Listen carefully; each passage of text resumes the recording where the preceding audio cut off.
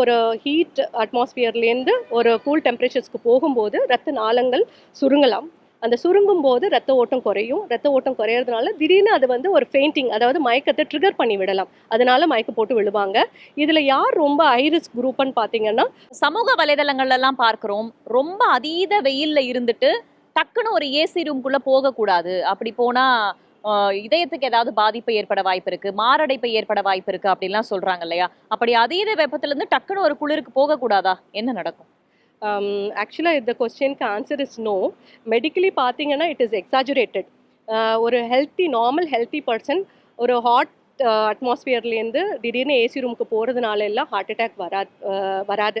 அது வந்து it is not it all true.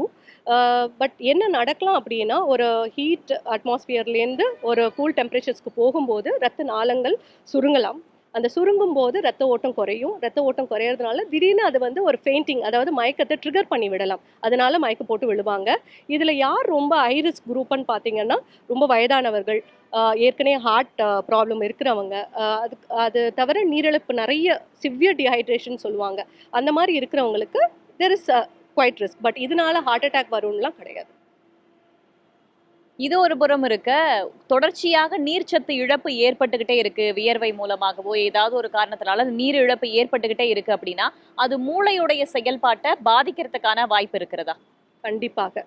அதாவது அதாவது பிரெயின்ன்றது வந்து கன்டினியூஸ் டீஹைட்ரேஷன். ஈவன் அந்த டெம்பரேச்சர் ஹையா இருக்கிறது கூட மூளைச்சிதைவுக்கு நிறைய கான்ட்ரிபியூட் பண்ணும். ஸோ நான் முன்ன சொன்ன மாரி அந்த ரத்த ஓட்டம் அதாவது பிளட் வால்யூம் குறையும் போது ரத்த ஓட்டம் பிரெயினுக்குமே குறையும். பிரெயினுக்கு குறையிறதுனால அந்த குழப்பம் ஆகுறது, இரிட்டேட் ஆகுறது, அது மட்டும் இல்லாம அந்த வால்யூம் குறையும் போது அது கூட சேர்ந்து எலக்ட்ரோலைட் இம்பேலன்ஸும் நடக்கும். சோடியம், பொட்டாசியம் போட்ட அந்த சால்ட்ஸ் எல்லாம் இருக்கும் இல்லையா? அது வந்து ஒரு இம்பேலன்ஸை கிரியேட் பண்ணிடும். ஸோ பேஷண்ட்ஸ்க்கு வந்து ஒரு குழப்பமா இருக்கிறது, ரொம்ப ஆங்க்ரி, அதாவது கோபப்படுவாங்க, மனப்பதற்றத்தோட இருப்பாங்க, அவங்களால சரியா ஆன்சர் பண்ண முடியாது.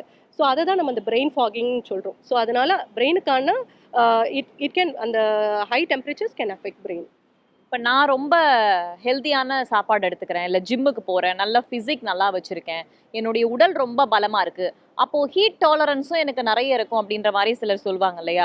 உண்மையிலேயே உடல் பலமாக இருப்பவர்களுக்கு ஹீட் டாலரன்ஸும் அதிகமாக இருக்குமா? கிடையாது, அப்படி கிடையாது.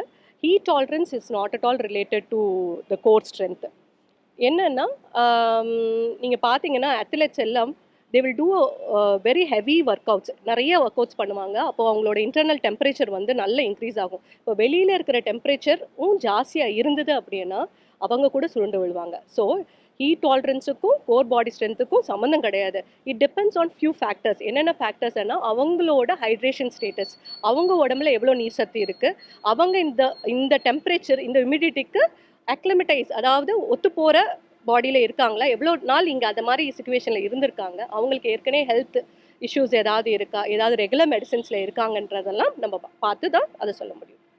அதனால ஹீட் டாலரன்ஸுக்கும் பாடி கோர் ஸ்ட்ரென்த்துக்கும் எதுவும் சம்மந்தம் கிடையாது.